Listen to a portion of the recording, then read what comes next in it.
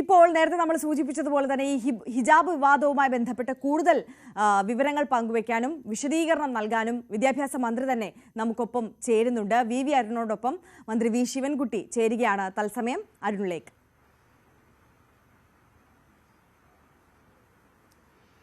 ആര്യ, ഈ ഹിജാബ് വിഷയം വീണ്ടും ഇന്നലെ വൈകുന്നേരത്തോടുകൂടി വാർത്തകൾ ഇന്നലെ ഏകദേശം തീർന്നുവെന്ന് അവസാനിച്ചുവെന്ന് എല്ലാവരും പറഞ്ഞ വിഷയമാണ്. പക്ഷേ അങ്ങനെ കൃത്യമായ ഒരു അച്ചടക്ക ലംഘനം, കൃത്യവിലോപം സ്കൂളിന്റെ ഭാഗത്തുണ്ടായെന്ന് വിദ്യാഭ്യാസ മന്ത്രി വാർത്താക്കുറിപ്പിലൂടെ വ്യക്തമാക്കി.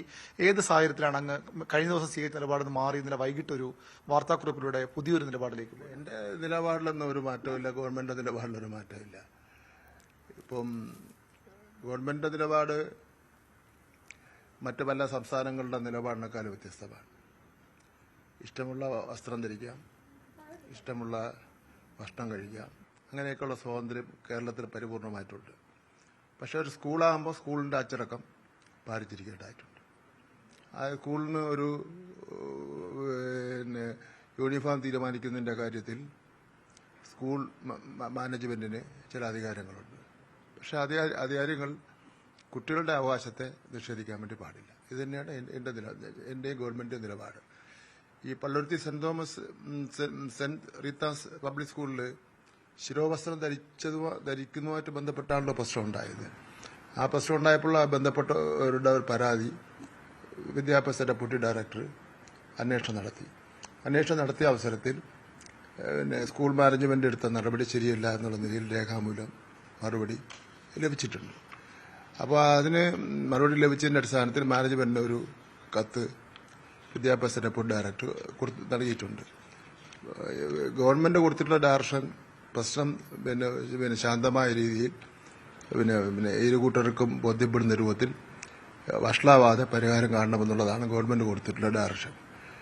അപ്പോൾ മാനേജ്മെന്റിന് ഡെപ്യൂട്ടി ഡയറക്ടർ കൊടുത്തിട്ടുള്ള നിർദ്ദേശം എന്ന് പറഞ്ഞാൽ ഇത് ശിരോവസ്ത്രം ധരിക്കുന്നതുമായിട്ട് ബന്ധപ്പെട്ടാണല്ലോ പ്രശ്നം ഉണ്ടായത്. അപ്പോൾ ഒരു കുട്ടി അങ്ങനെ വന്ന് പരാതി നൽകി അവർ പിൻവലിച്ചു, ശരി തന്നെയാണ്. പക്ഷേ ആ കുട്ടിക്ക് നിർബന്ധമുണ്ടെങ്കിൽ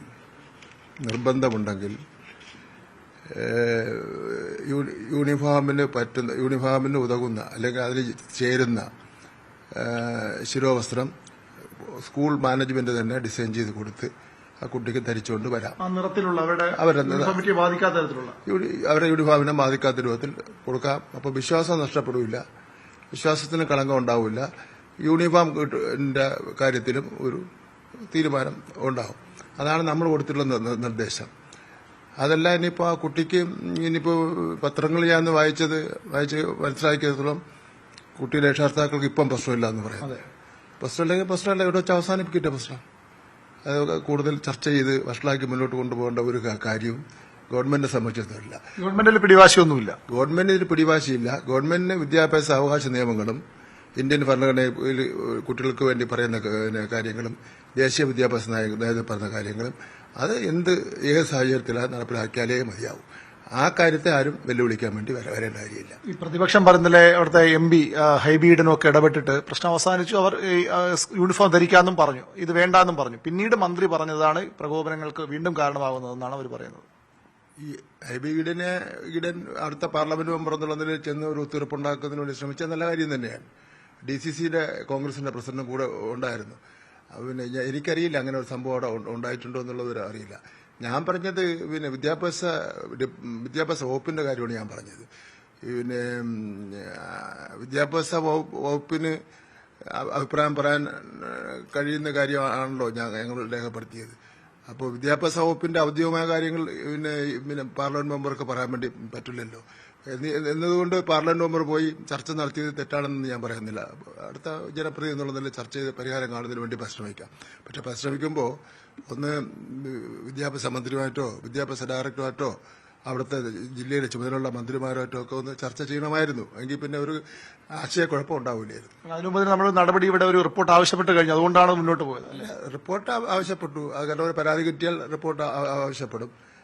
അതിനെ വേറെ രൂപത്തിലൊന്നും വ്യാഖ്യാനിക്കേണ്ട ഒരു കാര്യവുമില്ല. പിന്നെ റിപ്പോർട്ട് ഇനി ഒന്നുകൂടെ വിശദമായി ചർച്ച ചെയ്ത് കാര്യങ്ങളായിട്ട് മുന്നോട്ട് പോകും. ഈ വിദ്യാഭ്യാസ അവകാശ നിയമത്തിന്റെ കാര്യത്തിലൊന്നും ഒരു വിട്ടുവീഴ്ചയും ചെയ്യുന്ന കാര്യമില്ല.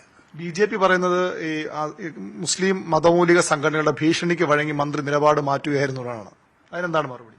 അതൊന്നും ആരും വിശ്വസിക്കാൻ വേണ്ടി പോകുന്നില്ല. അത് അവരുടെ അഭിപ്രായമാണ്. ഈ സ്കൂളുകളിലെ ചെറിയ വിഷയം പോലും ഇത്തരത്തിൽ വർഗീയമായി ഉപയോഗിക്കപ്പെടുന്നത് ഒരു ആശങ്ക ഉണ്ടാക്കുന്നുണ്ട്. ഇതാദ്യമല്ല, പല വിഷയങ്ങളും. ഇത് ഞാൻ മന്ത്രിയായ ശേഷം ഇതേപോലെ ഒരു 100 പ്രശ്നങ്ങൾ ഉണ്ടായിട്ടുണ്ട്. ആ പ്രശ്നമൊക്കെ തന്നെ പടർന്നു പിടിക്കാതെ പരിഹാരം കാണുന്നതിന് വേണ്ടി പരിശ്രമമാണ് നടത്തിയിട്ടുള്ളത്. ഇവിടെ അത് തന്നെയാണ് എടുത്തിട്ടുള്ളത്. ബോധപൂർവ ശ്രമങ്ങൾ തുടർച്ചയായി ഉണ്ടാകുന്നുണ്ട്. അല്ല, ഇത് എങ്ങനെയാണ് ഇത്രയും ദിവസം ഇല്ലാതെ നിലയിൽ ഇപ്പോൾ ഒരു നിലപാട് രക്ഷകർത്താക്കൾ എടുക്കുക, പിന്നെ രക്ഷകർത്താക്കൾ മാറുക, പിന്നെ ഒത്തുതീർപ്പിന് വേണ്ടി DCC പ്രസിഡന്റും IB ഈഡനോട് വരിക, അവിടുത്തെ മാനേജ്മെന്റ് ഒരു പ്രസ്താവന നടത്തുക. ഇക്കാര്യങ്ങളൊക്കെ എങ്ങനെ ഉണ്ടായെന്ന് ഞങ്ങൾക്കറിയില്ല. നമുക്ക് ഇക്കാര്യത്തിൽ ഒരു പിടിവാശിയില്ല. അവിടെ ശാന്തമായ അന്തരീക്ഷത്തിൽ സ്കൂള് നടന്നു പോകണമെന്നുള്ള കാര്യം മാത്രമേ ഉള്ളൂ. അനാവശ്യമായി കുട്ടികളുടെ അവകാശത്തിൽ ഇടപെടാൻ വേണ്ടി പറ്റിയില്ല. പക്ഷെ ഇത്രയേ ഉള്ളൂ, ഒരു പരാതി വന്നപ്പോൾ അവിടെ കുട്ടിയുടെ അവകാശ ലംഘനം ഉണ്ടായപ്പോൾ റിപ്പോർട്ട് തേടി, അത്ര മാത്രമേ ഉള്ളൂ. അവർക്ക് അത് പരാതി ഇല്ലെങ്കിൽ സർക്കാർ ഇത് മുന്നോട്ട് പോകാൻ താല്പര്യമില്ല. ഇതൊരു അവകാശ ലംഘനത്തിന്റെ പ്രശ്നം മാത്രമല്ല, കൂടുതൽ മറ്റു പ്രദേശത്തിൽ കൂടി പടർന്ന് പിടിച്ച് കൂടുതൽ വഷളാവാൻ സാധ്യതയുള്ള ഒരു ഇഷ്യൂ ആയതുകൊണ്ട് ഇടപെട്ടെന്ന് മാത്രമേ ഉള്ളൂ. ഇനി അവർക്ക് പരാതി ഇല്ലെങ്കിൽ അവിടെ അവസാനിപ്പിക്കാം. അവർക്ക് പരാതി ഇല്ലെങ്കിൽ അവിടെ അവസാനിപ്പിക്കാം. മേലിൽ ഇത്തരം കാര്യങ്ങൾ അവർ ആവർത്തിക്കാൻ പാടില്ല. അതിന് വളരെ കൃത്യമായ നിലപാട് തന്നെയാണ് വിദ്യാഭ്യാസ മന്ത്രി വി ശിവൻകുട്ടിയുടെ ഭാഗത്തുനിന്നുണ്ടാകുന്നത്. സ്വാഭാവികമായും ഒരു വിദ്യാർത്ഥിയുടെ അവകാശം, അത് മതപരമായ സ്വാതന്ത്ര്യം, അതുപോലെ തന്നെ വിദ്യാഭ്യാസ അവകാശ നിയമത്തിൽ ലംഘനമൊക്കെ ഉണ്ടായപ്പോൾ സർക്കാർ സ്വാഭാവികമായി ഇടപെട്ട് റിപ്പോർട്ട് തേടി. പക്ഷേ അവർക്ക് പരാതിയില്ലെങ്കിൽ ആ വിഷയം അവസാനിപ്പിക്കാം. ഇത്തരം പ്രശ്നങ്ങൾ വർഗീയമായി മുന്നോട്ട് കൊണ്ടുപോകുന്നത് തടയണം തന്നെയാണ് മന്ത്രി പറയുന്നത്. ഏതായാലും ഇതോടുകൂടി വിവാദം അവസാനിപ്പിക്കുന്ന പ്രതീക്ഷ കൂടിയാണ് അദ്ദേഹം മുന്നോട്ട് വയ്ക്കുന്നത്. യെസ്, വി അരുണിനൊപ്പം വിദ്യാഭ്യാസ വകുപ്പ് മന്ത്രി വി ശിവൻകുട്ടിയാണ് തത്സമയം ചേർന്നത്. അരുൺ സൂചിപ്പിച്ചതുപോലെ തന്നെ അദ്ദേഹം നയം വ്യക്തമാക്കുകയായിരുന്നു. ഈ പ്രശ്നം കൂടുതൽ വഷളാക്കാനല്ല സർക്കാരോ വിദ്യാഭ്യാസ വകുപ്പോ ശ്രമിക്കുന്നത്. അത് രമ്യമായി പരിഹരിക്കപ്പെട്ടിട്ടുണ്ടെങ്കിൽ അത് ആ തരത്തിൽ തന്നെ മുന്നോട്ട് പൊക്കോട്ടെ.